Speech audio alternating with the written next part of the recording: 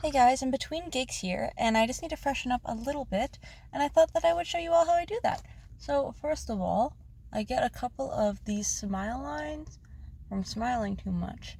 So I find if I just kind of pat my foundation there, it kind of resettles a little bit and makes it less noticeable.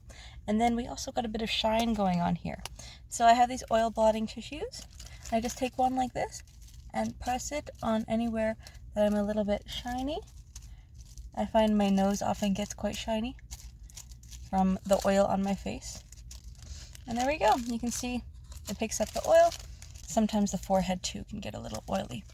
All right. And then when I'm done with the oil blotting, I do like to touch up my lipstick as well. So I always bring that with me. I also bring my lash glue in the event that I ever need to fix my lashes. Today they are holding up pretty good. So I just add some color back in where it wears away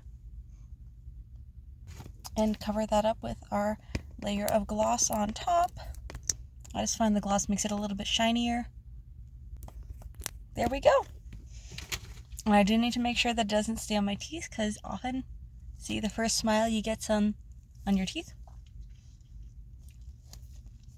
So I do a double check in the mirror before I head in. So if you haven't seen my face before, hello.